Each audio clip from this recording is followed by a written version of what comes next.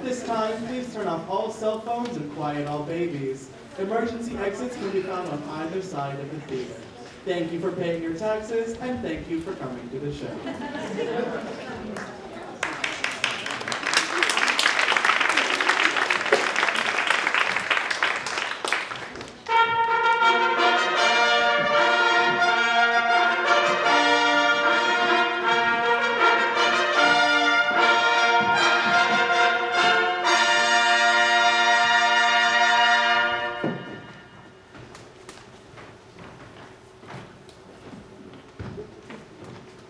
Oh, see, Silenus, to procure my fall, and by the doom of death, and woes, and all. Merchant of Syracusa, plead no more. I am not partial to infringe our laws. The enmity and discord which of late sprung from the rancorous outrage of your duke. 2 merchants, our well-dealing countrymen, who, wanting guilders to redeem their lives, have sealed their rigorous statutes with their bloods, exudes all pity from our threatening looks. For twixt the mortal and intestine jars, it hath in solemn signage been decreed by both the Syracusans and ourselves to admit no traffic into our adverse towns.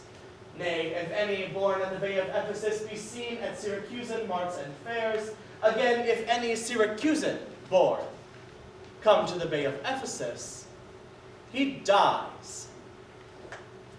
His goods confiscate to the Duke's depose, unless 1,000 marks be levied to quit thy penalty and to ransom him.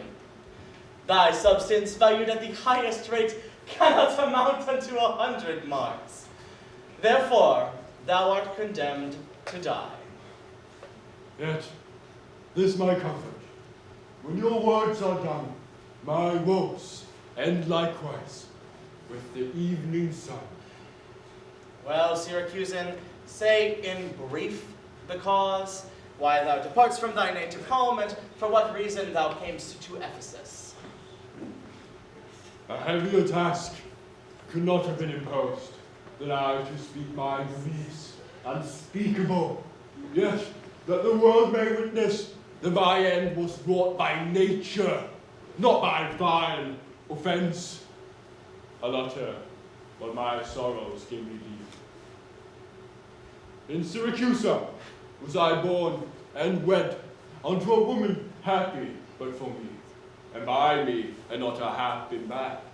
With her I lived in joy, our wealth steadily increased by prosperous voyages I often made to Epidamia, till my factor's death and the great care of goods at random left drew me from kind engracements of my spouse, from whom my absence had not been 6 months old, before herself, almost at fainting under the pleasing punishment that woman bare, and made provisions for her following, and soon in safe arrived where I was.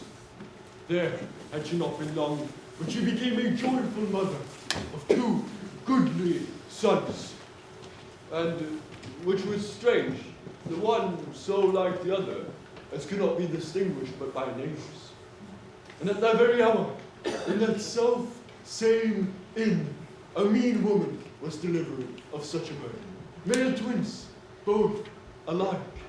Those, for their parents were exceeding poor, I bought and brought up to attend my sons. My wife, not meanly proud of 2 such boys, made daily motions for our home return. Unwilling, I agreed. Alas, too soon we came aboard. A league from Epidamium and we sailed, before the always wind-obeying deep gave any tragic instance of our harm. Yet longer did we not retain much hope, for what obscured light the heavens did grant, did but convey unto our fearful minds our doubtful warrants of immediate death. Though which myself would gladly have embraced, yet the incessant weepings of my wife, weepings before what she saw must come, and the piteous plainings of the pretty babes, mourned for fashion, ignorant what to fear, forced me to seek delays for them and me. And this it was, for other means was none. the sailors sought for safety by our boat, and left the ship, then sinking right to us. My wife, more careful for the latter boat, had fastened him onto a small spare mast, such as seafaring men provide for storms. And onto him one of the other twins was bound, whilst I, like, heedful of the other. Our children thus disposed, my wife and I, fixing our eyes on whom our care was fixed, fastened ourselves at either end of the mast, and, floating straight, obedient to the stream, was carried towards Corinth, as we thought. At length, the sun, gazing upon the earth, dispersed those vapors that offended us, and by the benefit of his wish at night, the seas waxed calm, and we discovered 2 ships from far, making a main to us. Of Corinth that, of Epidaurus this, and here they came. Let me say no more. Gather the sequel by thou went before. Nay, forward, old man, do not break off so, for we may pity, but not pardon thee. Oh, had the gods done so, I will not now worthily come them merciless towards us. For ere the ships could meet by twice 5 leagues, we were encountered by a mighty rock, which, being violently borne upon, had our helpful ship splitted in the midst, so that in this unjust divorce of us, fortune had left to both of us alike what to delight in and what to sorrow for. Her part, poor soul, seeming as burdened with lesser weight, but not with lesser woe, was carried with more speed before the wind. And in our sight, they 3 were taken up by fishermen of Corinth, as we thought.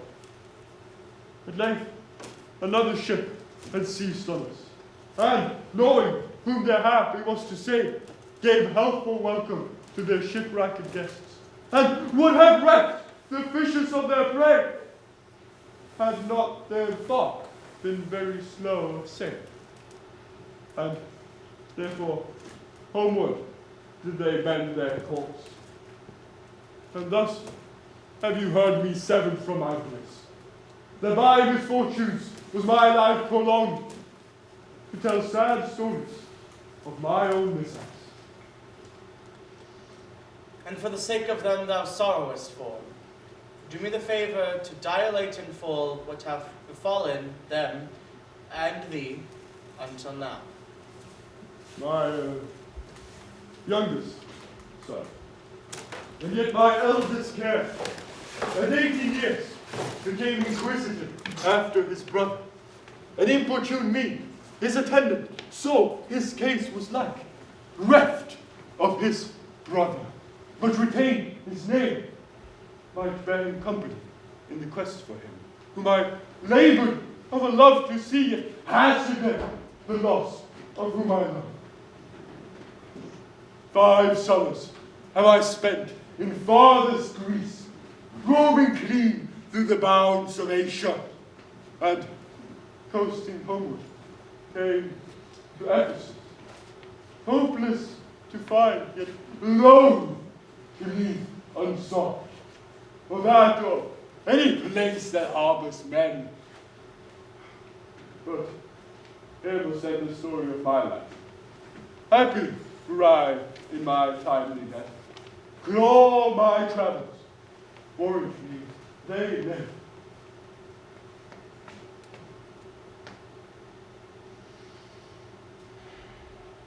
Hapless Aegean, whom the fates have marked to bear the extremity of dire mishap.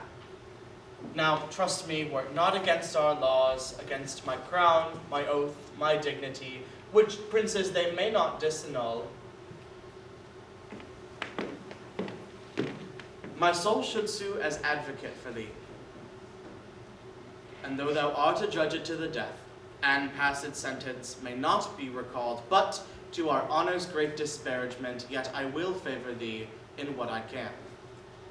Therefore, merchant, I'll limit thee this day.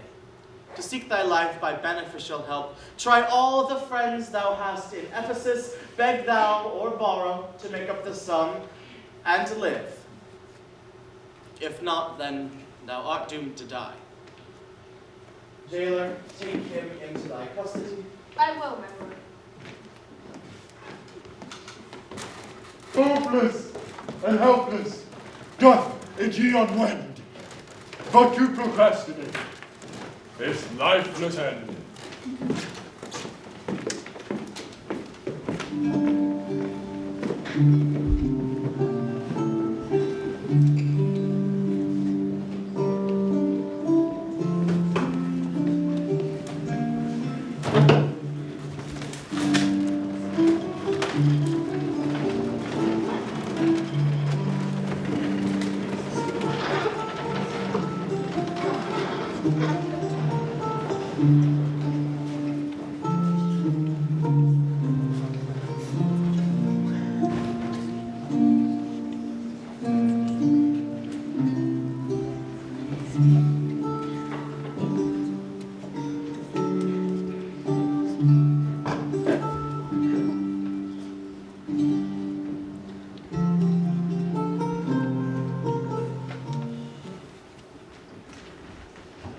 Therefore, get out that you are an epidemium, lest that your goods too soon be confiscated. This very day, a Syracusan merchant is apprehended for arrival here, and, not being able to buy out his own life, according to the statute of the town, dies ere the weary sun sets in the west. There's your money that I had to keep.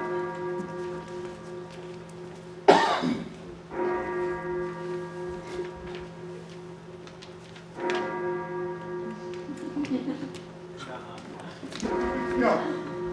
Bear to the Centaur where we host, and stay there, Dromio, until I come to thee. Within this hour will be dinner time. Till that, I'll view the manners of the town, peruse the traders, gaze upon the buildings, and then return to sleep within mine inn, for with long travel I'm stiff and weary. Get thee away! Many men would take you at your word, and go indeed, having so good a mean. Woo-hoo! A trusty villain, sir, that very oft when I am dull with care and melancholy, lightens my humor in his merry jests. What, will you walk with me about the town and then go to my inn and dine with me? I am invited, sir, to certain merchants of whom I hope to make much benefit. I crave your pardon. Soon, if I will God please you, I will meet with you upon the mart and consort you till bedtime. My present business calls me from you now. Farewell till then. I will go lose myself and wander up and down to view the city. Sir, I commend you to your own content. He that commends me to mine own content commends me to the thing I cannot get. I to the world am like a drop of water that in the ocean seeks another drop, who, falling there to find his fellow forth, unseen, inquisitive, confounds himself. So I, to find a mother and a brother, in quest of them, unhappy, lose myself. Here comes the almanac of my true date. What now? How chanced thou art returned so soon? Return so soon, rather approach too late. The capon burns, the pig falls from the spit, the clock hath struck in 12 upon the bell. My mistress made it one upon my cheek. She is so hot because the meat is cold. The meat is cold because you come not home. You come not home because you have no stomach. You have no stomach, having broken your fast. But we that know what 'tis to fast and pray are penitent for your penance. Stop in your wind. Sir, tell me this, I pray. Where have you left the money I gave you? Oh, 6 pence that I had on Wednesday last, to pay the saddler for my mistress's crupper. The saddler had it, sir. I kept it not. I am not in a sportive humor now. Tell me, and dally not, where is the money? We being strangers here? How darest thou trust so great a charge in thine own custody? I pray you jest, sir, as you sit at dinner. I for my mistress come to you in post. If I return, I shall be post indeed, for she will scour your bolt on my feet. Methinks your maw, like mine, should be your clock and strike you home without a messenger. Come! Dromio, come, these jests are out of season. Reserve them till a merrier hour than this. Where have you left the gold I gave in charge to thee? My charge was but to fetch you home to your house. The Phoenix, sir, to dinner. Come. My mistress and her sister stays for you. Come on, Sir Knave. Have done your foolishness and tell me how thou hast disposed thy charge. My charge was but to fetch you from the mart home to dinner. Now, as I'm a Christian, tell me, in what safe place you have bestowed my money, or I shall break that merry sconce of yours that stands on tricks when I am undisposed. Where is the 1,000 marks thou hadst of me? I have some marks of yours upon my pate, some of my mistress's marks upon my shoulders, but not 1,000 marks between you both. If you were to pay their worship those again, perchance you will not bear patience. Thy mistress's marks? What mistress, slave, hast thou? Your worship's wife, my mistress at the Phoenix. She that will fasting come home to dinner, and prays that you will buy you home to dinner. What? Wilt thou flout me thus unto my face, being forbid? There, take you back, Sir Knave. What mean you, sir? For God's sake, hold your hands. Nay, I will not, sir. I'll take thy heels.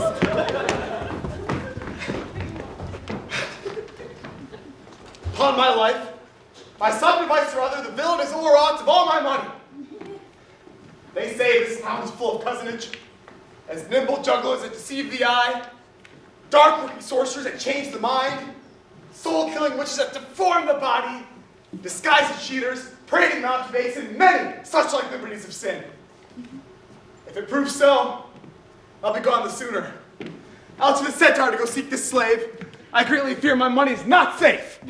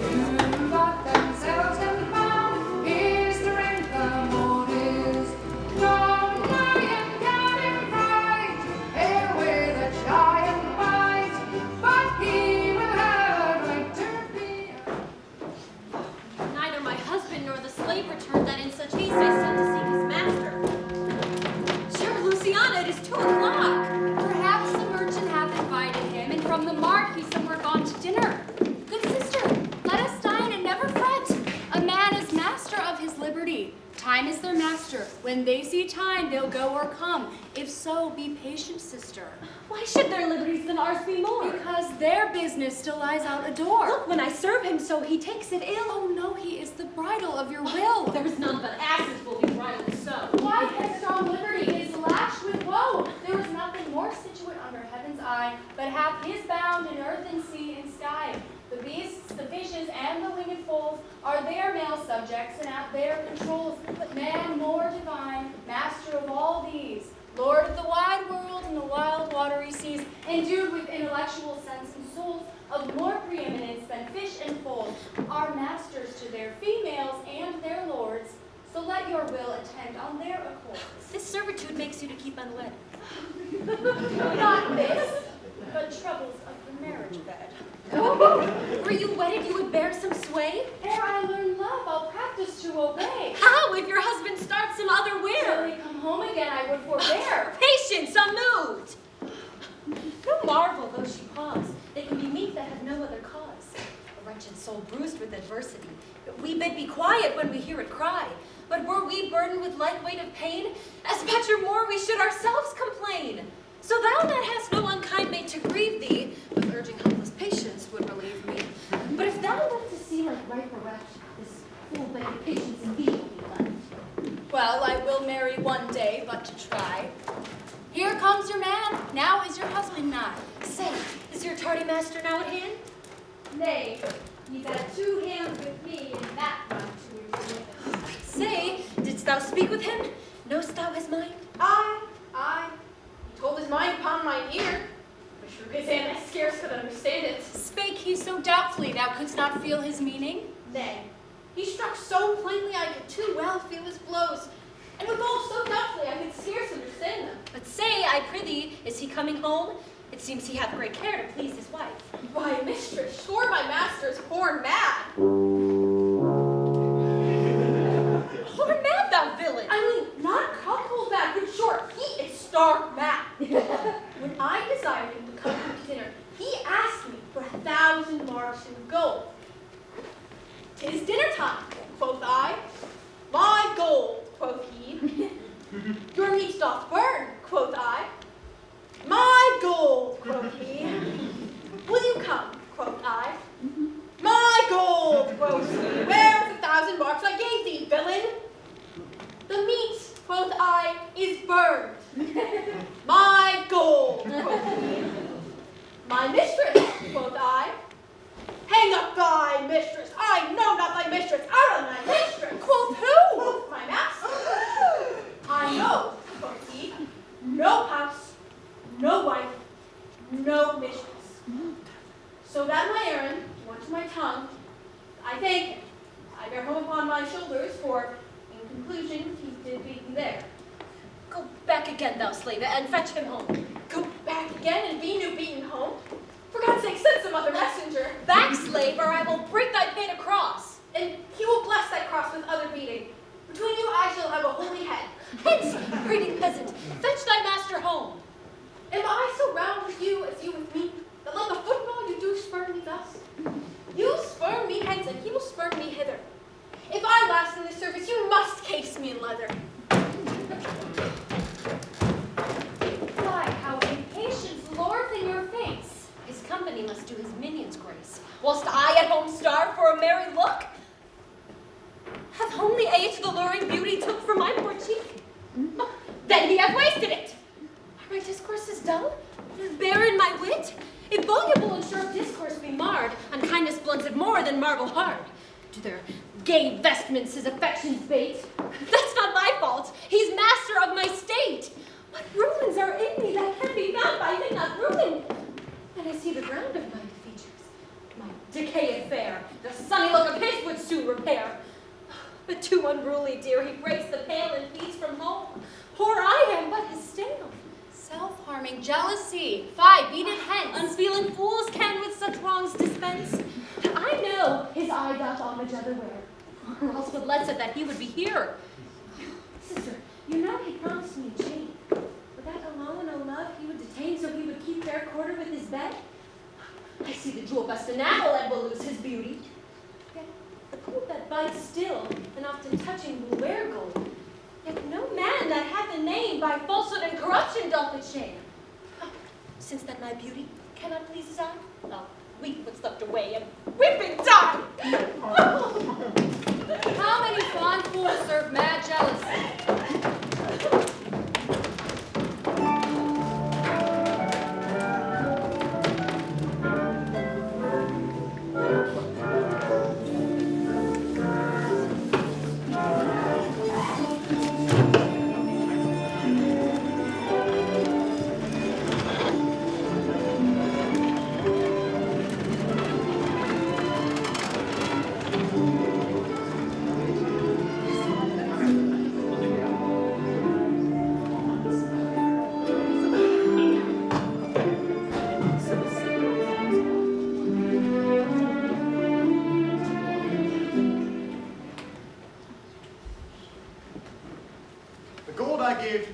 Is laid up safe at the centaur, and the heedful slave has wandered forth and cared to seek me out.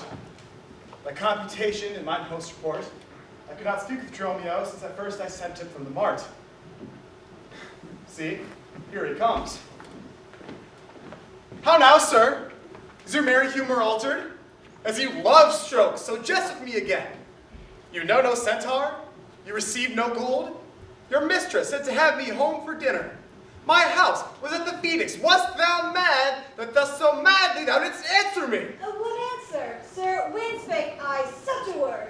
Even now, even here, not half an hour since. I have not seen you since you sent me hence. Home to the centaur with the gold you gave me. Villain, thou didst deny the gold receipt and told me of a mistress and a dinner for which I hope thou felt thou was displeased. I'm glad to see you in this merry vein. What means this jest, master? I pray you tell me. Yea, dost thou jeer and flout me in the teeth? Thinkst thou I jest? Oh, take that and that! Hold, sir, for God's sakes. Now your jest is earnest. Upon what bargain do you give it me? Because that I familiarly sometimes do use you for my fool and chat with you, your sauciness will jest upon my love and make a comment of my serious hours. When the sun shines, let foolish gnats make sport, but creep in crannies when he hides his beams. If you will jest with me, know my aspect, and fashion your demeanor to my looks, or I shall beat this method in your sconce. Sconce, you call it. So you would leave battering. I would rather have it ahead.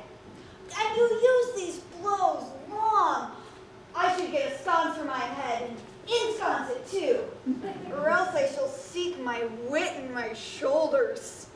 But I pray you, master, why am I beaten? Dost thou not know? Nothing, sir, but that I am beaten.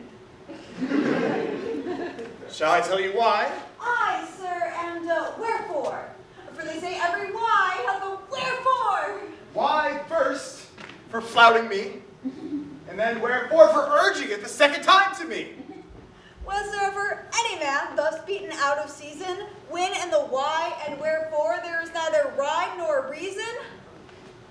Well, sir, I thank you. Thank me, sir, for what? Oh, marry, sir, for this is something that you gave me for nothing. I'll make you amends next.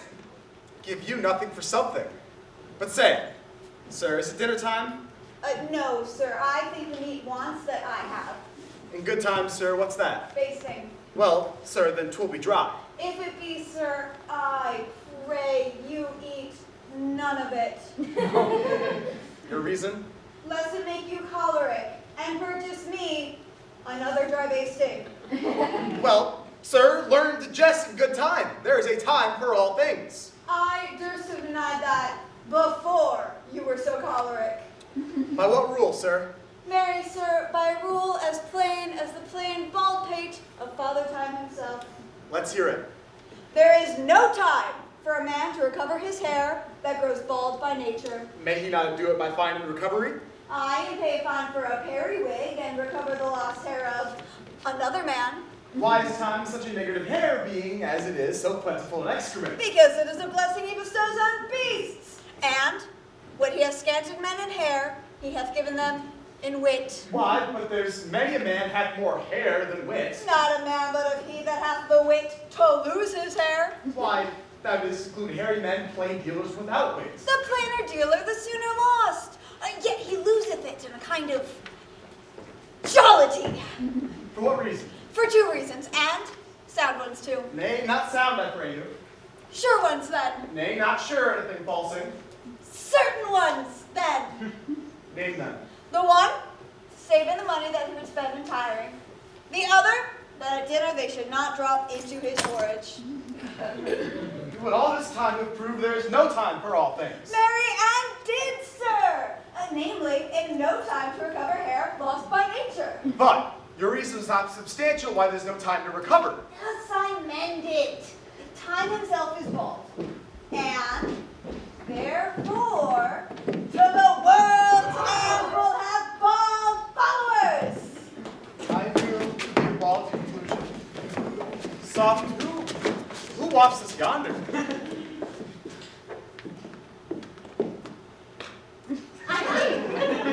Ridiculous. Look strange and frown. Some other mistress hath thy sweet aspects. Thou art not Adriana, nor thy wife.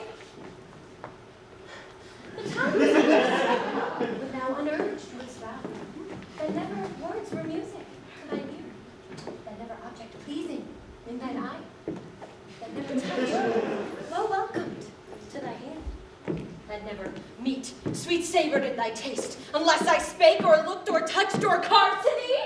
How comes it now, my husband? Oh, how comes it now that thou art then estranging from thyself? Thyself I call it, being strange to me, thy undivided, incorporate, and not better than thy dear self's better part? Do not tear thyself away from me, for know, my love, as easy mayst thou fall a drop of water in the breaking gulf, and take unmingled thence that drop again, without addition or diminishing, as take from me thyself and not me too. How dearly would it touch thee to the quick, shouldst thou but hear I were licentious, and that this body, consecrate to thee by ruffian lust, should be contaminate? Wouldst thou not spit at me, and spurn at me, and hurl the name of husband in my face, and tear the stained skin from my harlot brow, and from the false hand break the wedding ring, and break it with a deep divorcing vow? I know thou. Therefore see thou to it. I am possessed with an adulterate blood. My blood is mingled with the crime of lust. For if we two be one, and thou play false, I do digest the poison of thy flesh, being strumpeted by thy contagion. Keep then fair league and truce with thy true bed. I live disdained, thou undishonoring. Lead you to me, fair dame? I know you not. In Ephesus I am but 2 hours old, as strange unto your town as to your talk, who every word by all my wit being scanned wants wit in all one word to understand. Fie, brother, how the world has changed with you. When were you wont to use my sister thus? She sent for you by Dromio home to dinner. By Dromio! By me? By thee! And this thou didst return from him, that he did buffet thee, and in his blows denied my house for his, me for his wife. Did you converse, sir, with this gentlewoman? What is the course of your combat? I never saw her till this time. Fill no life, bring her very words as thou speak to me on the march. I never spake with her in all my life. How could you thus call us by our names? Must be my inspiration?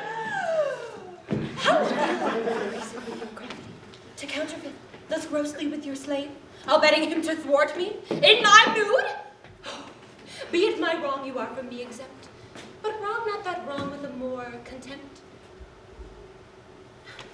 Come, I will fasten on thy sleeve of thine. Thou art an elm, my husband, I a vine, whose weakness marries thy strongest weight, makes me with the strength to communicate. If thou ought possess thee from me, it is drugs, usurping ivy, briar, or idle moss, who all for want of pruning with intrusion, infect thy sap, and live on thy confusion. To me she speaks. She moves me for her theme. What, was I married to her in my dream? Or sleep I now and think I hear all this? What error drives our eyes and ears amiss? Until I know this sure uncertainty, I'll entertain the offered fallacy. Dromio, go bid the servants spread for dinner. Oh, for my beads. I cross me for a sinner. This is the fairyland. Oh, spite of spites. We talk with goblins, owls, and sprites. If we obey them not, this will ensue. They'll suck our breath, their pitch is black and blue. Why prat'st thou to thyself and answerst not? Dromio, thou snail, thou slug, thou sot. I am transformed, master. Am I not? I think thou art in mine, and so am I. Nay, in my mind and my shape. Thou hast thine own form. No, I am an ape. If thou art changed to aught, 'tis to an ass. 'Tis true. She rides me, and I long for grass. 'Tis so. I am an ass. Else air could never be. But I should know her as be a fool, to put the finger in the eye and weep, whilst man and master laughs my woes to scorn? Oh, come, sir, to dinner. Dromio, keep the gate. Husband, I'll dine above with you today, and try you of 1,000 idle pranks. Sirrah, if any ask you for your master, say he dines forth, and let no creature enter. Come, sister. Dromio, play the porter well. Am I in earth, in heaven, or in hell? Sleeping or waking, mad or well advised, known unto these, and to myself disguised. I'll say as they say, and persever so. And in this mist that all adventures go. Master, shall I be porter of the gate? Aye, and let none enter, lest I break your pate. Come, come, Antipholus, we dine too late.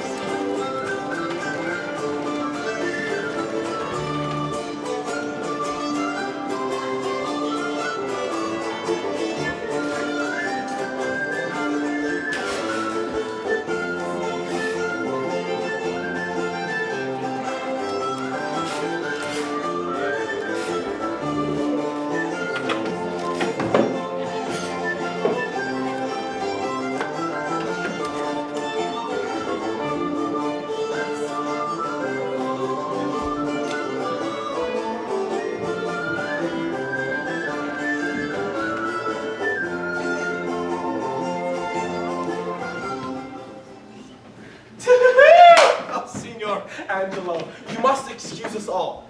My wife is shrewish when I keep not hours. Say that I lingered with you at your shop to see the making of her carcanet, and that tomorrow you shall bring it home. Oh, but here is the villain who would face me down. He met me on the mart, and that I beat him and charged him 1,000 marks in gold, and that I did deny my wife and house. Thou drunkard, thou, what didst thou mean by this? Say what you will, sir, but I know what I know. You beat me at the mart, and I have your hand to show. If the skin were parchment and the blows you gave were ink, your own handwriting would tell you what I think. I think thou art an ass. Very, so it doth appear. By the wrongs I suffer and the blows I bear, I should kick being kicked, and being at that pass, you would keep from my heels and beware of an ass. Well, you're sad, Signor Balthasar. Pray God our good cheer may answer my goodwill and your good welcome here. I hold your dainties cheap, sir, and your welcome dear. Oh, Signor Balthasar, either at flesh or fish. A table full of welcome makes scarce one dainty dish. Good meat, sir, it's common, that every churl affords. And welcome is more common, but that's nothing but words. Small cheer for welcome makes merry feast. Aye, to a niggardly host send more sparing guest. But, though my cates be mean, take them in good part. Better cheer may you have, but not for better heart. Not for better heart. Heart. Soft when doors locked. Go.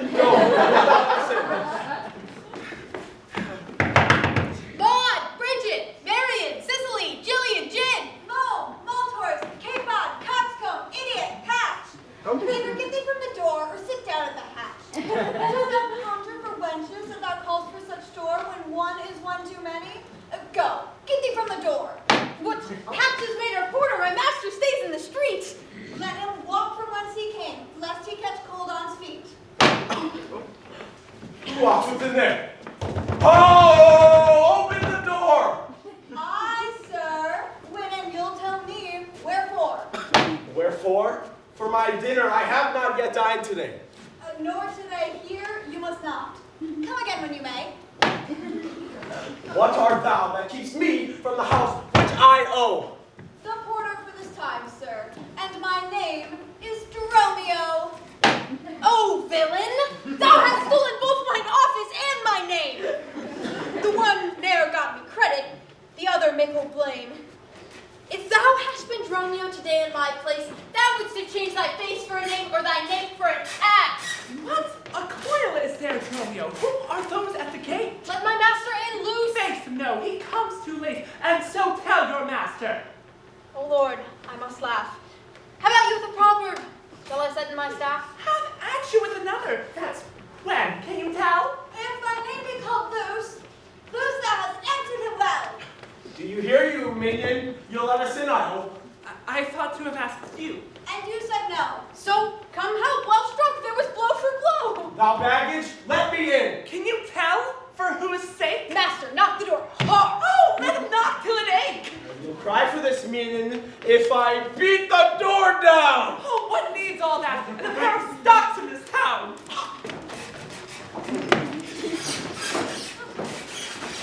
That is the door that keeps all this noise.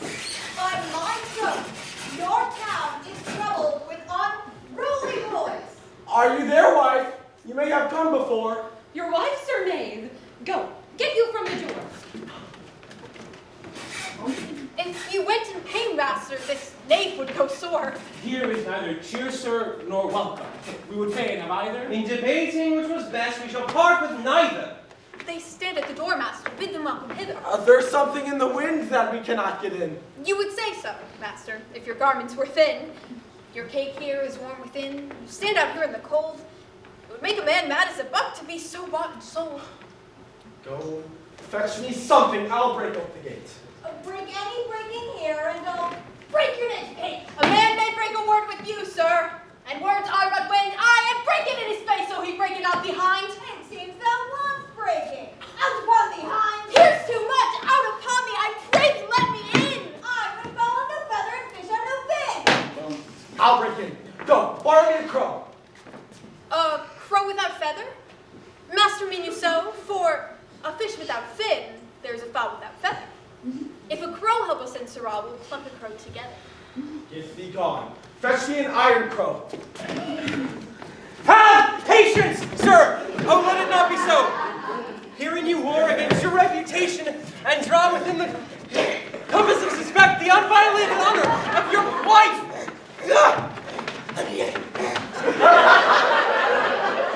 Once this,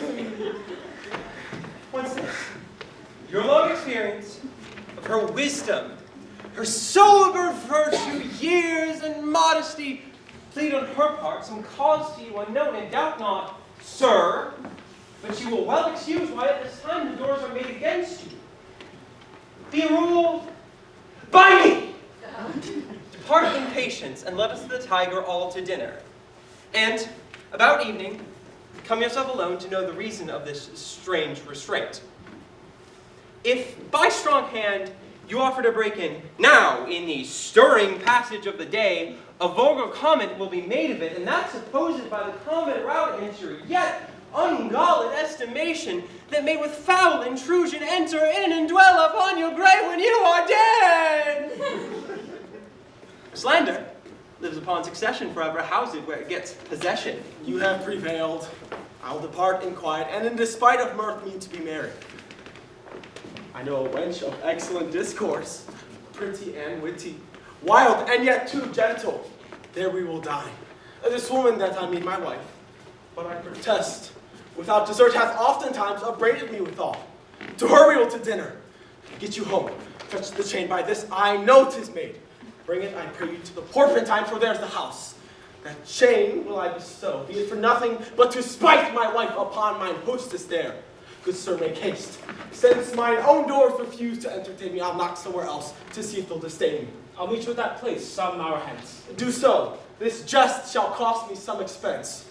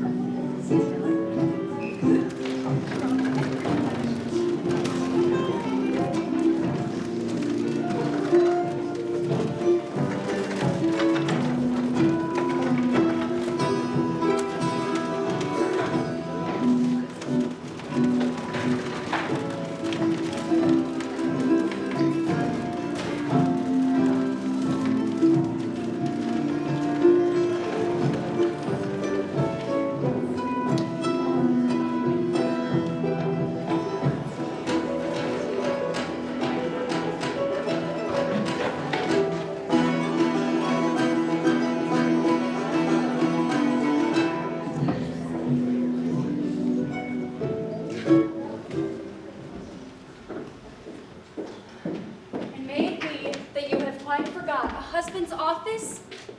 Shall, Antipholus, even in the spring of love thy love springs rot? Shall love in building grow so ruinous? If you did wed my sister for her wealth, then for her wealth's sake, use her with more kindness. Or if you like elsewhere, do it by stealth. Muffle your false love with some show of blindness. Let not my sister read it in your eye. Be not thy tongue thy own shame's order. Look sweet, speak fair, become disloyalty. Apparel vice like virtue's harbinger. Bear a fair presence, though your heart be tainted. Teach sin the carriage of a holy saint. Be secret false, what need she be acquainted? What simple thief brags of his own attaint? 'Tis double wrong to truant with your bed, and let her read it in thy looks at board. Shame hath a bastard fame well managed, ill deeds is doubled with an evil word. Alas, poor women, make us but believe, being compact of credit, that you love us. Though others have the arm, show us the sleeve. We in your motion turn, and you may move us. Then, gentle brother, get you in again. Comfort my sister, cheer her, call her wife. 'Tis holy sport to be a little vain when the sweet breath of flattery conquers strife.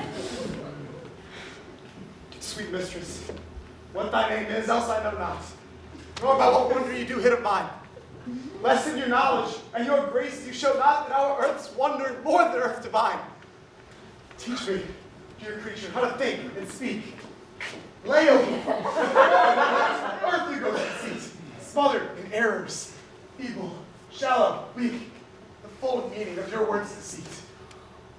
Against my soul's pure truth, why labor you to make it wander in an unknown field? Are you a god? Would you create me new?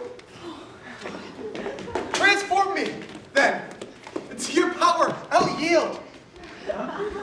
But if that I am I, then well I know your weeping sister is no wife of mine. Oh, nor to her bed no homage do I owe. Far more to you do I decline. Betray me not, sweet mermaid, with thy note to drown me in thy sister's flood of tears. Sing, siren, for thyself, and I will dote. Spread o'er the silver waves thy golden hairs, and as a bed I'll take them and there lie. And in that glorious supposition think he gains by death that hath such means to die. Let love, being light, be drowned if she sink. What? Are you mad that you do reason so? Not mad, but mated. How, I do not know. It is a fault that springeth from your eye. For gazing on your beams, fair sun, being by. Gaze when you should, and that will clear your sight. As good to wink, sweet love's look on night. Why call you me love? Call my sister so. Thy sister's sister. That's my sister. No! It is thyself. Mine own self's better part. Mine eye's clear eye, my dear heart's dearer heart. My food, my fortune, my sweet hope's aim. My soul earth's heaven, and my heaven's claim. All this my sister is, or else should be. Call thyself sister, sweets, for I am thee. Thee will I love, and with thee lead my life. Thou hast no husband yet, nor I no wife. Give me thy hand. Oh, soft, sir, hold you still. I'll fetch my sister and get her goodwill.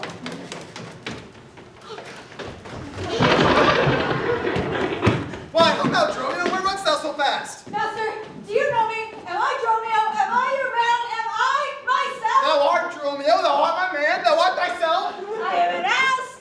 I am a woman's man, and beside myself. What woman's man? How besides thyself? Marry, sir, beside myself, I am due to a woman. One that claims me, one that haunts me, one that will have me. What claim lays she to thee? Marry, sir, a claim like you would lay to your horse. And she would claim me as a beast. Not that me being a beast she would have me, but that she, being a very beastly creature, lays claim to me. What is she? I, sir, a very reverent body, so much as one a man may not speak of without he say, Sir Reverend. I have but lean luck in the match, but she is a wondrous, fat marriage. How dost thou mean a fat marriage? Mary, sir, she's the kitchen wench, and all or cased in grease. I know not what use to put her to, but to make a lamp of her and run from her by her own light. I warrant her rags and the tallow in them would burn a Poland winter. If she lives till doomsday, she will burn a week longer than the whole world.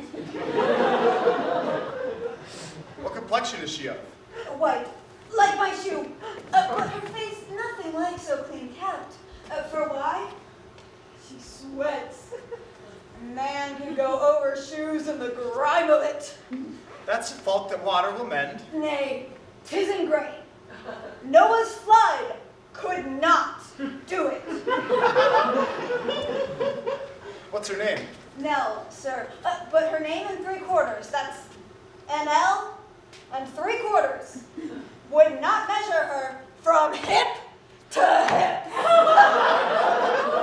Then she bears some breath. No more from head to foot than from hip to hip. She is spherical like a globe.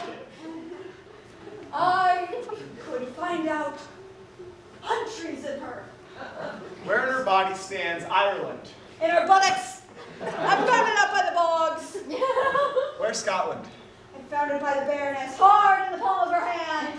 Where France? In her forehead, on and inverted, making war against her hair. Where England? I looked for it in the chalky cliffs, but I could find no whiteness in them.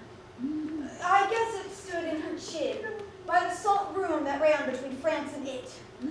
Where Spain? Faith, I saw it hot, but I felt it hot in her breath. Where America? The Indies? Oh, sir, on her nose, and all o'er embellished with the carbuncles, rubies, sapphires, each declining their rich aspect to the hot breath of Spain, which sent whole armadas of carracks to be ballasted at her nose. Where stood Belgia? The Oh, Netherlands? sir, I did not look so low. To conclude, this drudge or diviner laid claim to me, called me Dromio, swore I was assured to her, told me about the privy marks I have about me, is the mark on my shoulder, the mole on my neck, the great wart on my left arm, that I, amazed, ran from her like a witch. And I think, had my breast not been made of faith and my heart of steel, she had transformed me into a curdled dog and made me turn the wheel. Go. Hide me presently. Post to the road. If the wind blow any way from shore, I'll not harbor this town tonight. If any bark put forth, come to the mart, where I will walk till thou return to me. If everyone knows us, and we know none, 'tis time, I think, to trudge, pack, and be gone. As from a bear, a man would run for life. So now I fly from her that would be my wife.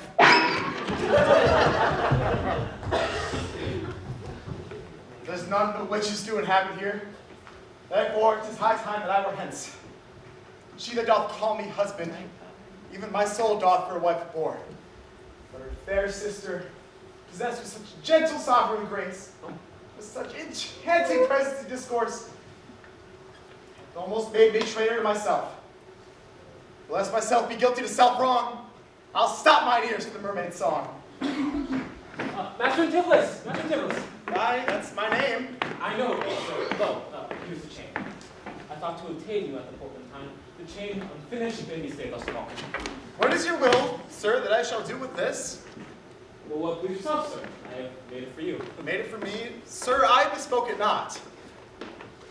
Not once, nor twice, but 20 times you have. Go home with it and please your wife withal. And then soon, at supper time, I'll visit you and then receive my money for the chain. I pray you, sir, receive the money now, for fear you ne'er see chain nor money more. You are a merry man, sir. Fare you well.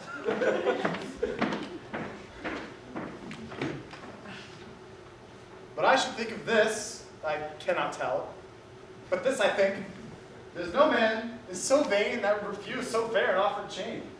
I see a man need not live by shifts when in the streets he meets such golden gifts. I'll to the mart, and there for Dromio stay. If any ship puts forth, straight away.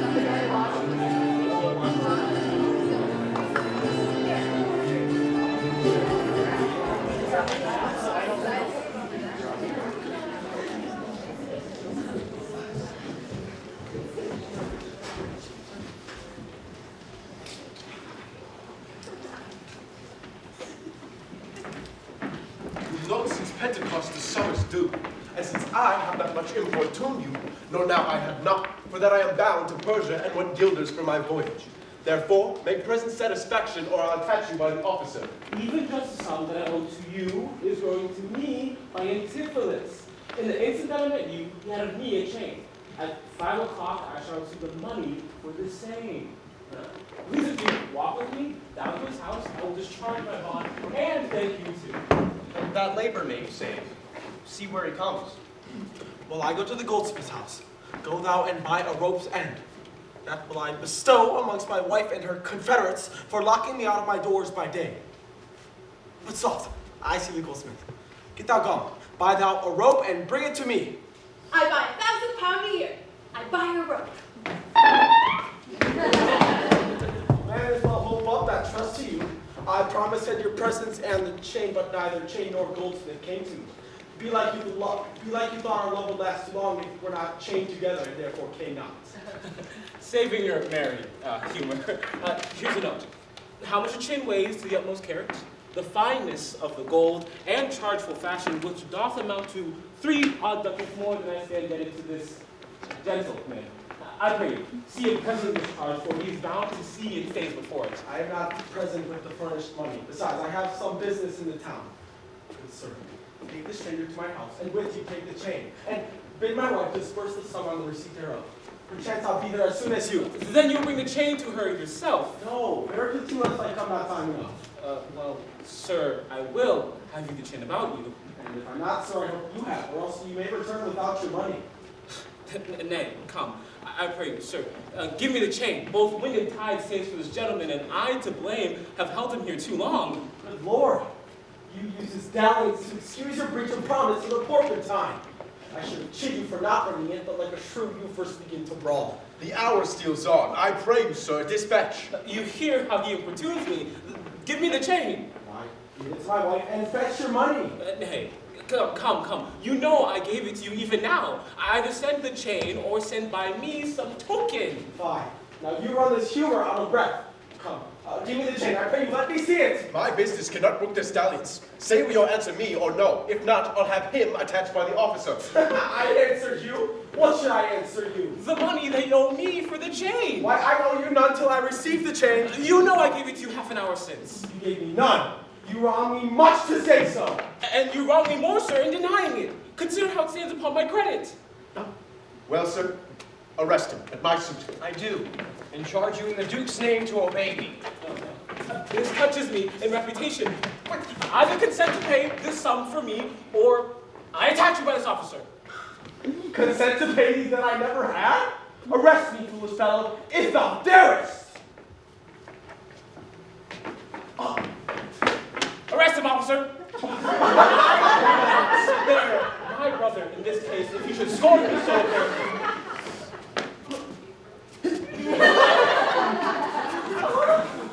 I do arrest you, sir. You hear the suit. I do obey thee, till I give thee bail. But, sirrah, you shall buy this morning's here, as all the metal in your shop will answer. Sir, I shall have law in Ephesus. To your notorious shame, I doubt it not. Master, there's a bug of epidemium that stays for not at all but her owner, and then she bears away. Our fraudage, sir, I have conveyed aboard, and I brought the oil, the balsamum, and the aquavitae. The ship is in her trim, the merry wind blows fair from land. She stays for not at all but her owner, master, and yourself. How now, a madman? Thou peevish sheep, what ship of epidemium stays for me? A ship you sent me to, the high waftage? Thou drunken slave, I sent thee for ropes and told thee to what purpose and what end. You sent me for a rope's end as soon. You sent me to the bay, master, for a bark. I will debate this matter at more leisure and teach your ears to list me with more heed. To Adriana, villain, hide thee straight. Give her this key. Tell her, in the desk that's covered over with the Turkish tapestry, there is a purse of ducats. Let her send it. Tell her I am attached in the street, and that shall bail me. Begone, slave, hide thee straight. On, officer, till prison is come.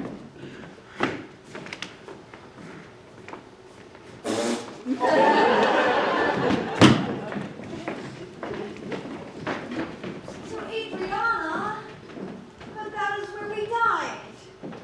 Where Dowsabel did claim me for her husband. She is too big, I hope, for me to compass. Thither I must, although against my will. For servants must their masters' minds fulfill.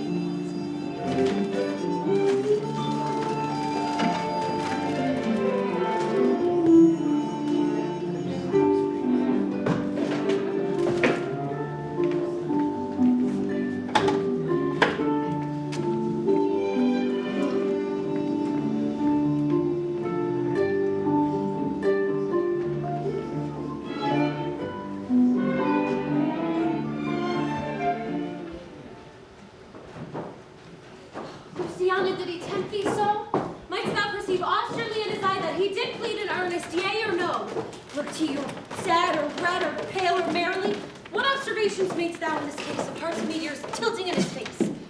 First, he denied you had him no right. He meant he did me none, the more my spite. Then swore he that he was a stranger here. In truth he swore, though yet forsworn he were. And then pleaded I for you. And what said he?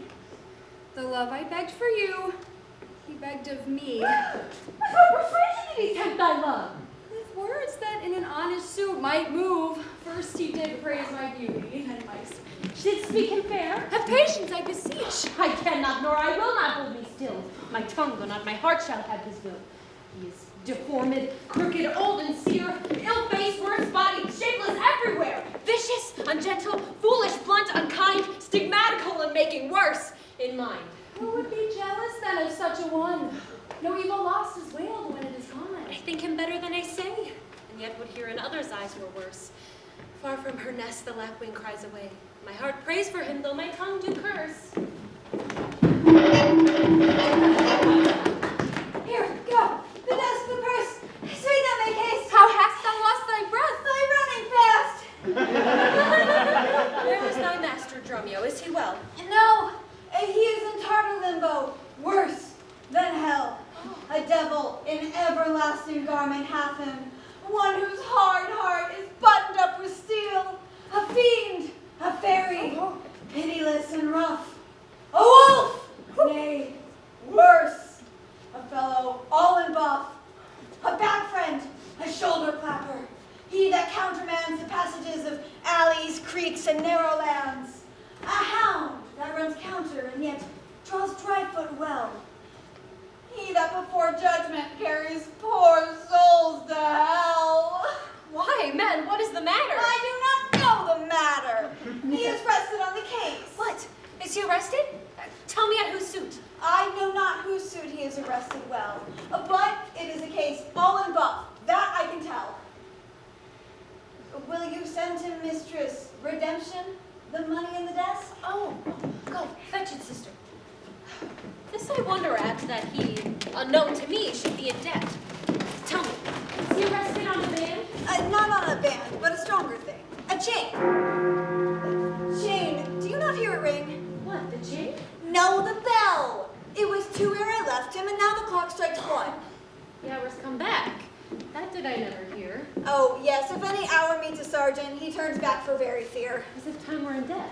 How fondly dost thou reason? Time is very bankrupt, and owes more than he's worth the season. Nay, and he's a thief, too. Have you ever heard men say that time comes stealing on by night and by day? If time beeth in debt, and a thief, and a sergeant away, hath he not reason to turn back an hour and a day? Go, bear the money and bring my master home immediately. Come, sister, I am pressed down with conceit. Conceit my comfort and my intrigue.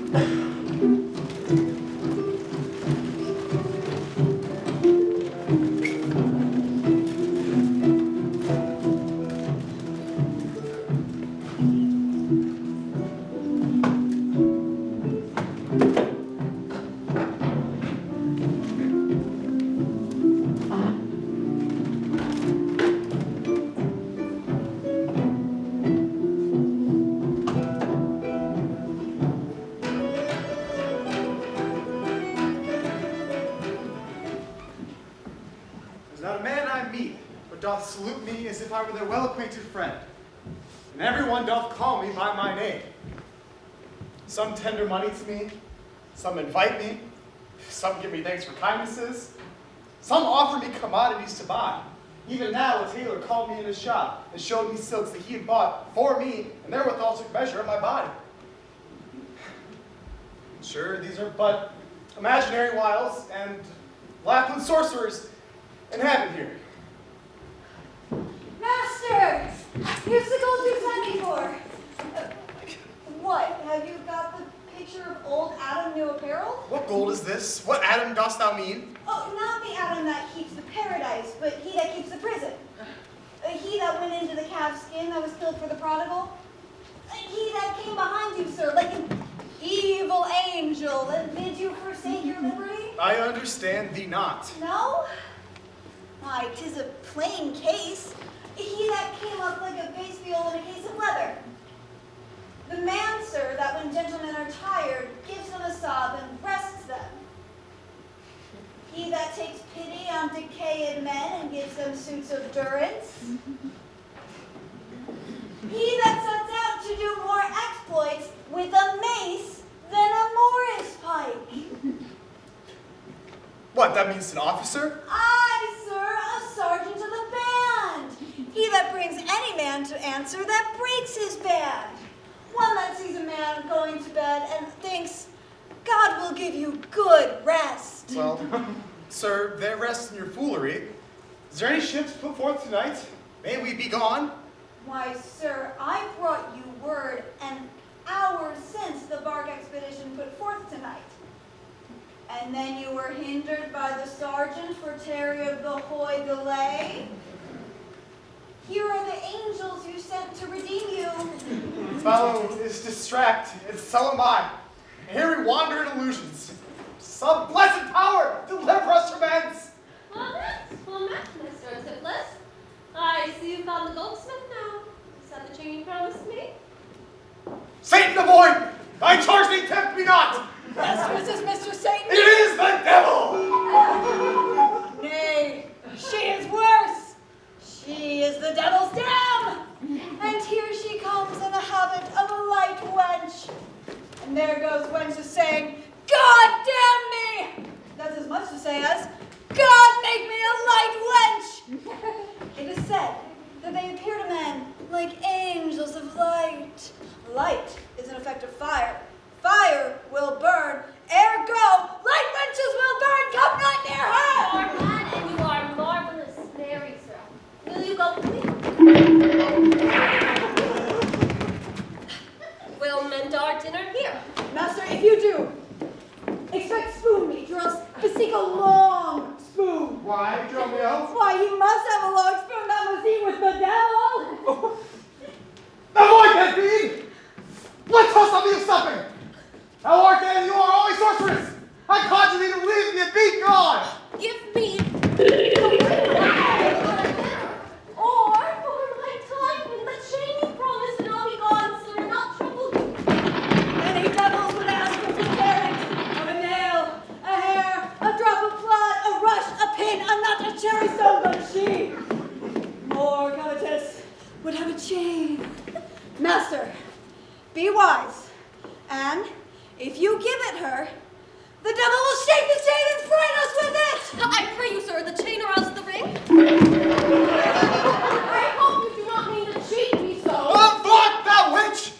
Come, Dromio, let us go. Pride, says the peacock. Mistress, that you know.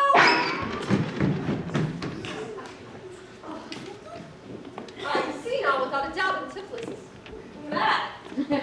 Else he'd not demean himself so. A ring he hath of mine with 40 ducats, when back he promised me a chain. One and the other he denies me now. The reason I gather is he's mad. Despite the present instance of his rage, is a mad tale. He told me that a dinner of his own doors being shut against his entrance. Be like his wife, acquainted with his fits, on purpose shut the doors against his way.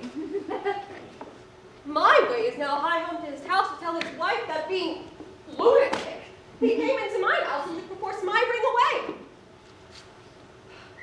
This course I finished choose, for 40 ducats is too much to lose.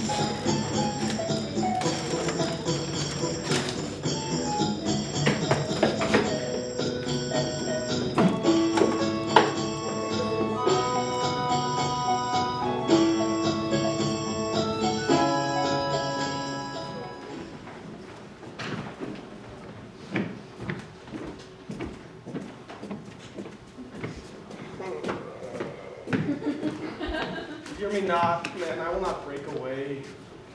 I'll give thee, ere I leave thee, so much money to warrant thee as I'm rested for.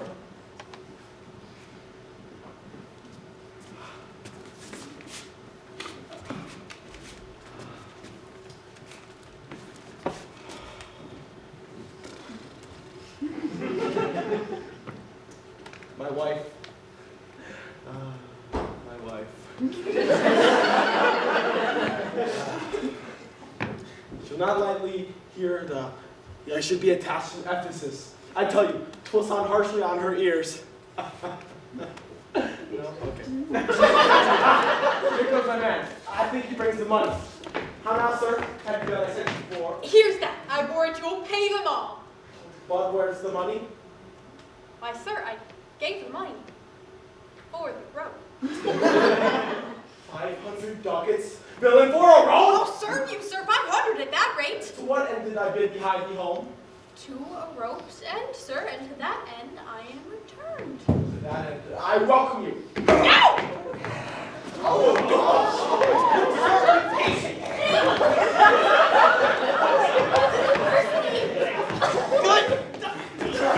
Hold thy tongue! Nay, rather persuade him to hold his hands. The whoreson, senseless villain! I would I were senseless, sir, that I might not feel your blows. Thou art sensible in nothing but blows, and so is an ass. I am an ass, indeed. You can prove it by my long years. I have served him from the hour of my nativity to this very instant, and have nothing at his hands for my service but blows. When I am warm, he cools me with feeding. When I am cold, he heats me. I am waked with it when I sleep, raised with it when I sit, driven out of doors with it when I come from home, welcomed with it when I return. Nay, I bear it on my shoulders as a beggar wont her back. I think when he hath lamed me, I shall beg with him from door to door. Go along, my wife is coming yonder. Mistress, respect her and your rather the prophecy, like the parrot, beware the rope's end. Wilt thou still talk? I'll say now, is not your husband mad? His incivility confirms no less. Good Dr. Peach, you are a conjurer. Establish him in his true sense again, and I will please you what you will demand. Alas, how fiery and how sharp he looks. Mark how he trembles in his ecstasy. Give me your hand and let me feel your pulse. Raise that hand and let him feel your ear.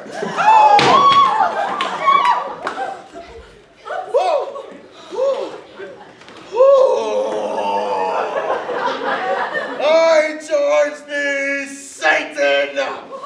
House within this man, to yield possession to my holy prayers. Into thy sin darkness, hide these strengths. I conjure thee, by all the saints in heaven! Oh! Peace, stoning wizard. Oh! Oh, thou that wert not, poor distressed soul. You, minion, you. Are these your customers? Did this companion with the furry face revel and feast at my house? Whilst upon me my guilty doors were shut up and I denied entrance? Oh, husband, God doth know you dined at home. Where would you have remained until this time, free from these slanders and this open shame? Who dined at home? Villain, what sayest thou? Sir, sooth to say, you did not dine at home. Were my guilty doors not shut up and I locked out? Perdie, your doors were locked and you shut out. Did she not herself revile me there? Sans fable, she herself reviled you there. Did her kitchen maid not rail taunt and scorn me there? Certes, she did, the kitchen vessel scorned you. And did not I, enraged, depart from thence? In verity, you did. My bones bear witness that since have felt the vigor of his rage. It's good to soothe him in these contraries. It's no shame. The fellow finds his vein and yielding to him, humors while his frenzy. Thou hast suborned the goldsmith to arrest me? Yes, I sent you money to redeem you by Dromio here, who came in haste for it. Money by me? Good one, you might have. Not a rag of money. Whence not thou for a purse of ducats? He came to me and I delivered it. And I am witness with her that she did. God and the robe maker bear me witness that I was sent for nothing but a robe. Mistress, it appears both man and master are possessed. Oh, God! I know it by their pale and deadly looks.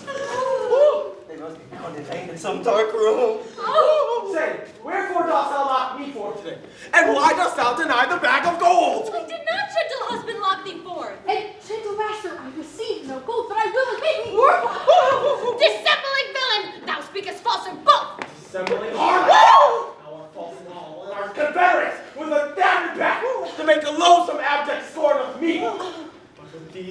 I'll pluck out these false eyes. I would rather behold in me this shameful sport. Let him not come near me! Oh, take heed! The fiend is stronger than you! I mean, poor man, how pale and wan he looks! What? Will you murder me? Jailer! I'm my prisoner! I'll suffer them to make a rescue! Masters, let him go. He's my prisoner, and you shall not. Go! Find this man, for he is frightened too! What wilt thou do, thou peevish officer? Hast thou delight in seeing a wretched man do outrage and displeasure to himself? He's my prisoner. If I let him go, the debt he owes will be required of me. I will discharge thee ere I go from thee. Bear me forth with the Jew's creditor, and knowing how the debt goes. Good master doctor, see him safe conveyed home to my house. Oh, most unhappy death! Almost unhappy Master, I'm here acting in bond for you! I'll have thee, villain! Wherefore dost thou marry me? Be bound for nothing! Be not, good master, for I'm the devil! The devil!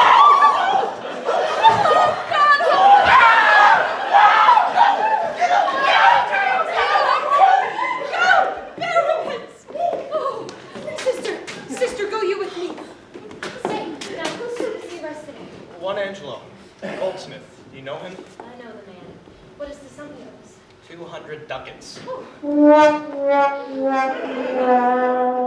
how grows it due? Due for a chain your husband had of him. He did bespeak a chain for me, but had it not. Whenas your husband, all in a rage today, did come into my house and took perforce my ring away, after which I did meet him with a chain. Maybe so, but I did never see it. Come, jailer, bring me to where the goldsmith is. I want to know the truth hereof at large. No! God, for thy mercy, they are loose again! Let's go!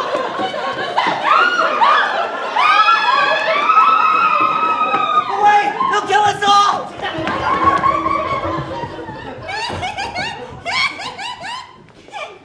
I see these witches are afraid of swords. She got rid of her wife, now ran from you. Come to the centaur. Fetch our stuff from thence. I warn we were safe and sound aboard. Faith, stay here this night. They will surely do us no harm. You saw they treat us fair, give us gold. Methinks they're such a gentle nation that, but for the mountain of mad flesh that claims marriage of me, I could find it in my heart to stay here still and turn witch. I'll not harbor here tonight for all the town. Therefore, away! Fetch our stuff from thence.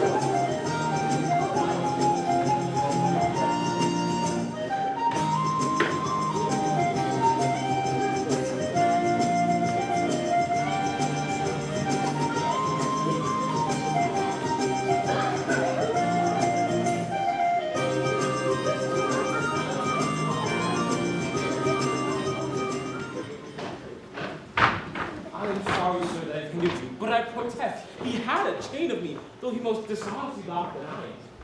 How is the man esteemed here in the city? A very reverend reputation, sir.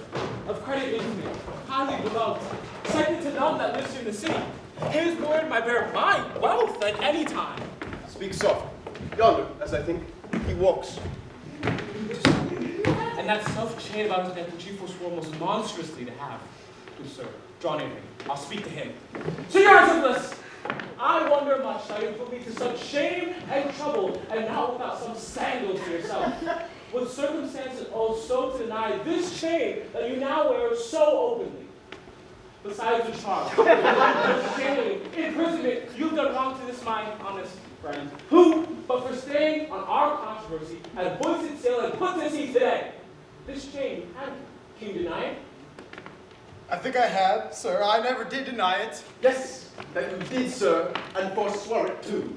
Who heard me to deny it or forswear it? These ears of mine thou knowest did hear me. By all you wretch, 'tis pity that thou livest to walk where any honest men resort. Thou art a villain to impeach me thus. I'll defend mine honor and mine honesty against thee presently thou darest stand. I dare and do defy thee for a villain.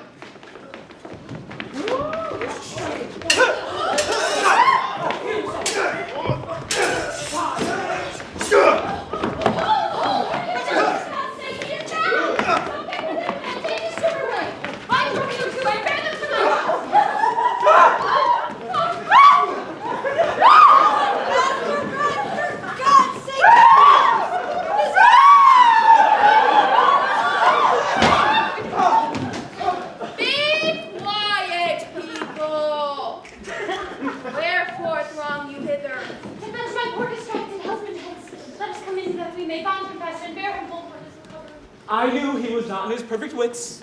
I am sorry now that it is drawn him. How long hath this possession held the man? This week he hath been heavy, sour, sad, and much different from the man he was. Until this afternoon, his passion near break into extremity of rage. Hath he not lost much wealth by rack of sea? Buried some dear friend? Hath not else his eye strayed his affection in unlawful love? A sin prevailing much in youthful men who give their eyes the liberty of gazing?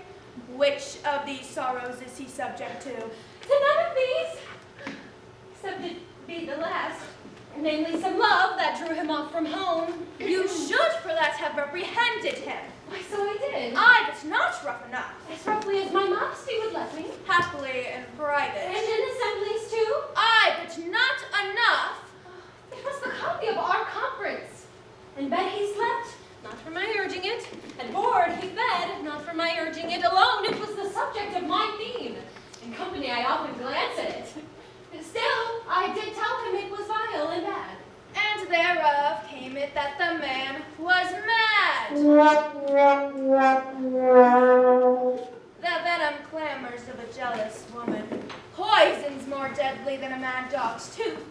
It seems his sleeps were hindered by thy railing, and thereof comes it that his head is light. Thou sayest 'tis meat to sauce with thy upbraidings. Unquiet meals make ill digestions. Thereof the raging fires of fever bred, and what's a fever but a fit of madness? Thou sayest his sport was hindered by thy brawls, sweet recreation barred, what doth ensue? But moody and dull melancholy, kinsmen to grim and comfortless despair, and at her heels a huge infectious troop of pale distemperatures and foes to life. In food, in sport, and life-preserving rest, to be disturbed now would mad or man or beast. The consequence is, then, thy jealous fits hath scared thy husband from the use of wit. She never reprehended him but mildly, when he demeaned himself rough, rude, and wildly. Why bear you these rebukes and answer not? She did betray me to my own reproof. Good people enter, and let all of them. No, not a creature enters in my house. Then let your servants bring my husband forth. Neither. He took this place for sanctuary, and it shall privilege him from your hands, till I have brought him to his wits again, or lose my labor in assaying it. I will attend my husband, be his nurse, die of his sickness, for it is my office, and will have no attorney but myself, and therefore let me have him home with me. Be patient, for I will not let him stir till I have used the approved means I have, with wholesome syrups, drugs, and holy prayers, to make of him a formal man again. It is a branch and parcel of mine oath, a charitable duty on my order. Therefore, depart and leave him here with me. I will not hence and leave my husband here. And didn't it doth beseem her holiness to separate the husband and the wife? Be quiet and depart. Thou shalt not have him. Complain to the Duke of this indignity. Come, go. I will fall prostrate at his feet and never rise until my tears and prayers have won his grace to come in person hither and take perforce my husband from the abbess. By this, I think, the hour points at 5. Anon, I'm sure, the Duke himself in person comes to the melancholy vale. It's a place of death and sorry execution behind the ditches of the abbey here. On what cause? To see a reverend Syracusan merchant, one who put a leper lead into this bay against the laws and statutes of this town, beheaded publicly for his offense. See where they come. We will behold his death. Kneel unto the Duke before he knows the abbey.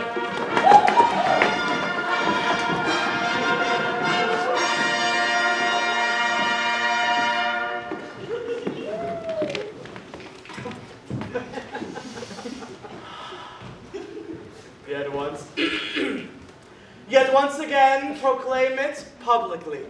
If any friend shall pay the sum for him, he shall not die. So much we tender him.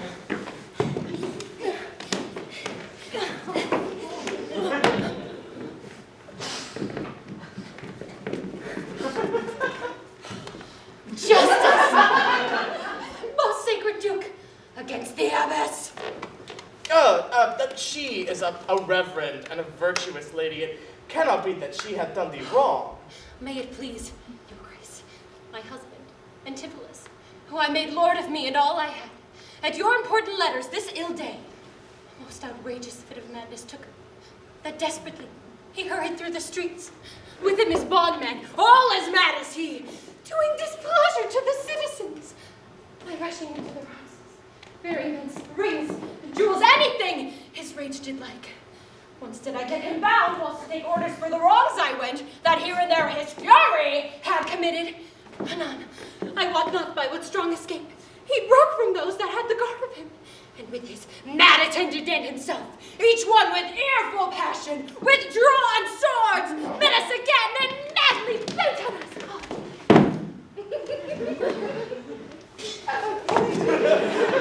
Chased us away, till raising of more aid did we come again to bind them. Then they fled into this abbey here, whither we pursued them, and here the abbess shuts the gates on us, and will not suffer us to fetch him forth, nor send him forth that we may bear him hence, and therefore, most gracious Duke, with thy command, let him be brought forth and borne hence for help.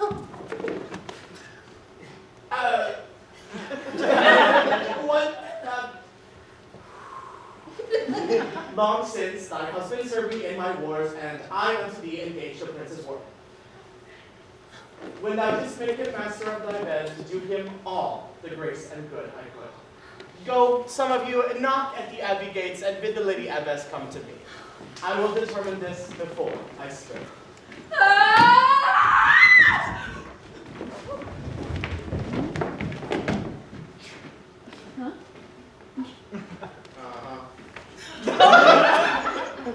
Oh, mistress, shift and save yourself. My master and his man have both broken loose. Beaten the maids a row and bound the doctor, whose beard they have singed off with great bands of fire. And ever as it blazed, they did pour on him great pails of powdered mire to quench the hair. My master preaches patience to him, all while his man, with scissors, nicks him like a fool. And surely, if you do not send some present help, between the two of them they will kill the conjurer. Peace, fool, thy man and his master are here, and this is false thou dost report to us. Mistress, upon my life, I tell you true. I have not breathed almost since I did see it. He cries for you and vows if he can take you to scorch your face and to disfigure you.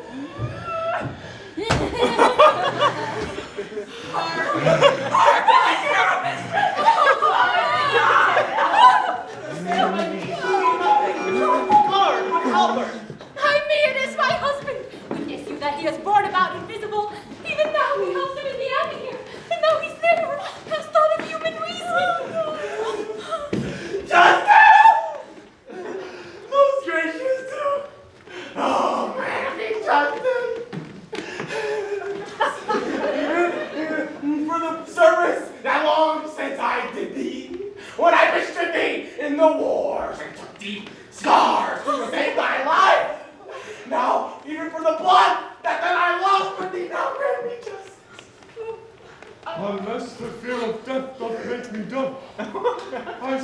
son, Antipholus. Justice! Oh, sweet prince, against that woman there, she whom thou gavest to be my wife, that hath abused and dishonored me, even to the strength and height of injury. Beyond imagination is the wrong that she, this day, hath shameless done upon me. Discover how, and thou shalt find me just. This day, great Duke, she shut the doors upon me, while she, with harlots, feasted at my house. A grievous fault. Say, woman, didst thou so? No, my good lord. Myself, he and my sister today did dine together. So befall my soul, as this is false, he burdens me withal. Ne'er may I look on day nor sleep on night. But she tells you behind a simple truth. Oh, Persian woman! They are both forsworn. And this the bad man. Just who charges them. My liege, I am advised in what I say, neither disturbed with the effect of wine, nor provoked with a raging ire. Albeit, my wrongs may make one wise and mad. This woman locked me forth this day from dinner. That goldsmith there, were he not packed with her, could witness it, for he was with me then, who partnered with me to go into chain, promising to bring it to the porpentine, where Balthazar and I did dine together. Our dinner done, and he not coming thither, I went to seek him, and in the streets I met him, and in his company, that gentleman! There did this perjured goldsmith swear me down that I, this day of him, received the chain, which God, he knows I saw not! For which he did arrest me with an officer! I did obey thee, and I sent my peasant home for a purse of certain ducats, he with none returned. Then I barely bespoke the officer to go with me in person to my house. By the way, we met my wife, her sister, and a rabble more of 5 Confederates along with them. They brought wine, binge, a hungry, lean-faced belly, a mere anatomy, a mountebank, a threadbare juggler, and a fortune-teller. I mean, hollow-eyed.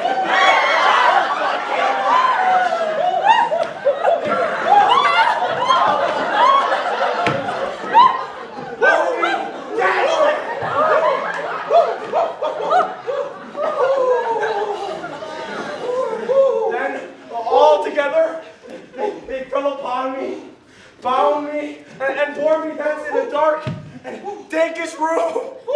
There left me and my man, both bound together, till gnawing with my teeth. My boss is thunder.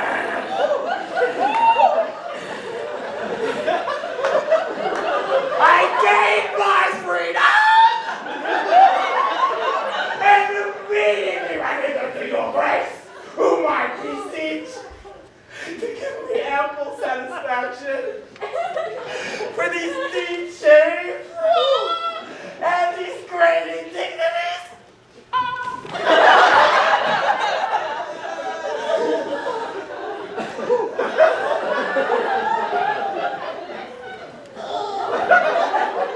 My lord, thus far I witnessed with him. He dined at a home but was locked out.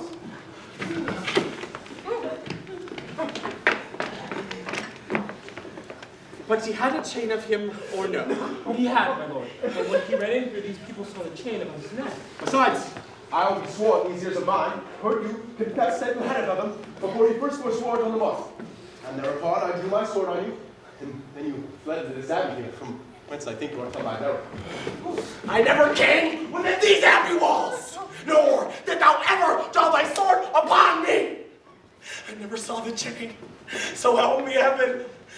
And this is false, that you burdened me with all.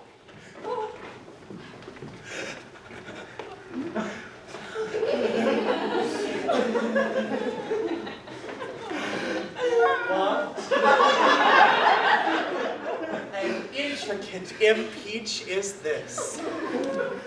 I think you have all drank from Circe's cup. If here you housed him, here he would have been. If he were mad, he would not plead so coldly. You say he dined at home. The goldsmith here denies that saying. Sirrah, what say you?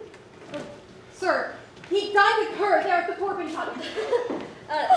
He did, and, from my fingers, snatched that ring.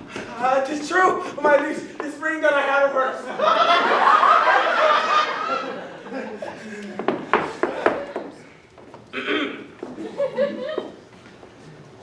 Sawest thou him enter the abbey here?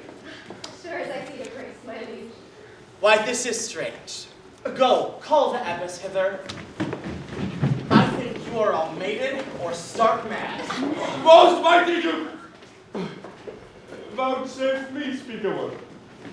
Yet, happy I see a friend who will save my life and pay the sum thou may deliver.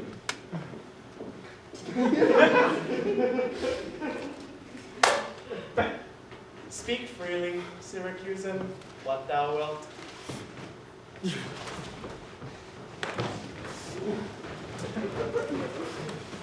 It's not your name, sir. They're called Antipholus. And is not that your bondman, Romeo? Within this hour I was his bondman, sir, but I thank him, nodded to my cords. Now I am Romeo and his man. Unbound. I am sure most of you remember me. Ourselves we do remember by you, for lately we were bound as you are now. You are not Pinch's patient, are you, sir? Why look you so strange on me? You know me well. I never saw you till now.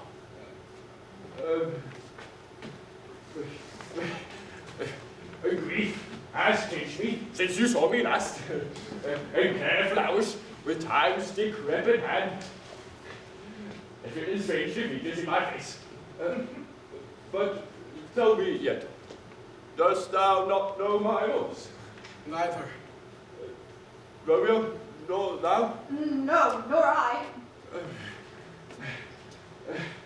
I am sure thou dost. Aye, sir, but I am sure I do not, and whatsoever a man denies, you are now bound to believe him.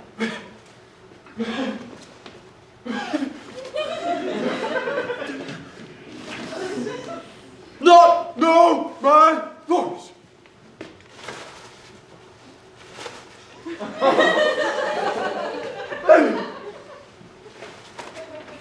What time's extremity hast thou so cracked and splitted my poor tongue, that here, in 7 short years, my only son, now stop my feeble key of untuned cares, and though now this scathing face of mine be hid in sap-consuming winters, drizzled snow, and all the conduits of my blood frozen up, yet hath my light of life some memory, my wasting lamp some fading glimmer left, my dull left ears a little used to hear. All these old witnesses, I cannot. Oh, thou art my son, Antipholus. Never met my father in my life. But 7 short years since, in Syracuse, boy, thou knowest we parted. But perhaps thou shouldst to acknowledge me in misery. The Duke and all that know me in the city can say this is not true. I never saw Syracuse in my life. I tell thee, Syracusan, 20 years I have been patron to Antipholus, during which time he ne'er saw Syracuse. I see thy age and dangers make thee dote. Most mighty Duke, behold a man much wronged.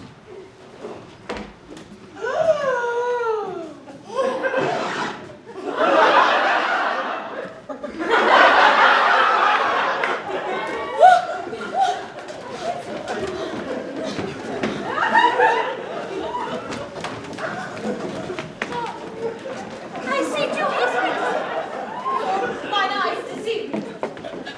One of these men is genius to the other, so which is the natural man? Which is the spirit? Who deciphers them? I, sir, am Dromio. Command him away. I, sir, am Dromio. Pray let me stay. Aegean, art thou not? Or else his ghost? Oh, my old master. Who hath found him here? Whoever bound him, I will loose his bonds and gain a husband by his liberty. Speak, old Aegean, if thou beest the man that hadst a wife once called Amelia, that bore thee yet a burden 2 fair sons. Oh, if thou beest the same Aegean, speak, and speak unto the same Amelia. And here begins his morning story right. These two Antipholus, these two so alike, and these two Dromios. One in semblance, despite her urging at wreck of sea, these are the parents to these children, which accidentally are met together. If I dream not, thou art Amelia. And if thou art she, tell me yet, where is that son that flirted with thee on the fatal night? By men of Epidamium, he and I and the twin Dromio all were taken up, but by and by rude fishermen of Corinth by force took Dromio and my son from them, and me they left with those of Epidamium. What then became of them I cannot tell. I had this fortune you see me in. Antipholus, thou camest from Corinth first. No, sir, not I. I came from Syracuse. Stay. Stand apart.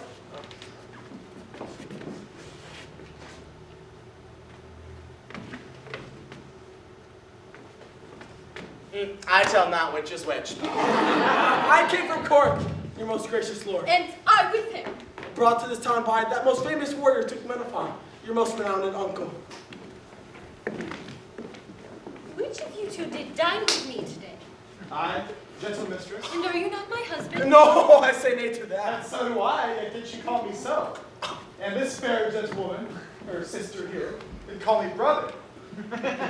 But I told you then, I hope I shall have leisure to make good, if this be not a dream I see in here.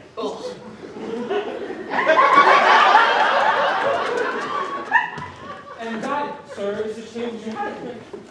I think it be, sir. I deny it not. Sir, for this chain had me arrested. I think I did, sir. I deny it not. I sent you money, sir, to be your bail by Dromio here, but I think you brought it not. No, not by me.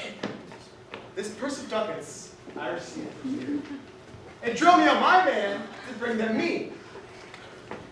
I see we did still meet each other's man, and I was ta'en for him, and he for me. And thereupon these errors arose. Ah, these ducats. Upon I for my father here. It shall not need. Thy father has his life. Sir, I must have that diamond from you. Oh.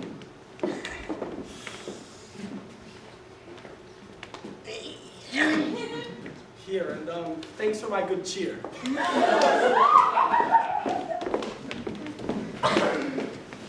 Most renowned indeed, vouchsafe to take the pains to go with us into the abbey here and to at large discourse in all our fortunes, and all that are assembled in this place that by this sympathized one day's error has suffered wrong. Go, keep us company, and we shall make full satisfactions. 33 years have I gone veiled. Of you, my sons, until this present hour, my heavy burden I deliver it. The Duke, my husband, and my children both. And to you, the town of the fair nativity, go, little peace, and go with me. After such long reach, such nativity. With all my heart, I'll gossip at this feast.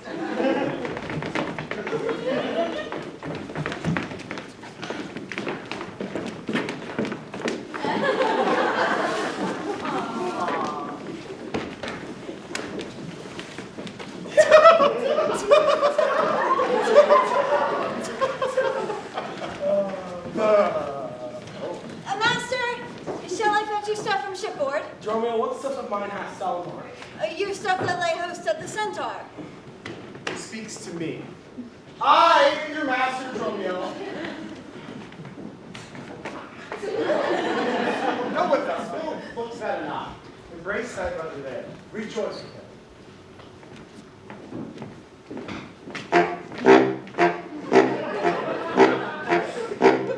There was a fat friend that kitchened me for you today in your master's house. She shall now be my sister, not my wife. Methinks you are my glass, and not my brother. I see by you I am a sweet-faced youth. Will you come in to see the gossiping? Oh, not I, senor. You are the elders. That's a question. How shall we try it? We'll draw cuts for the senior. Till then, lead thou first. Nay, then thus. We came into the world like brother and brother. Now, let's go hand in hand, not one before another. Aww.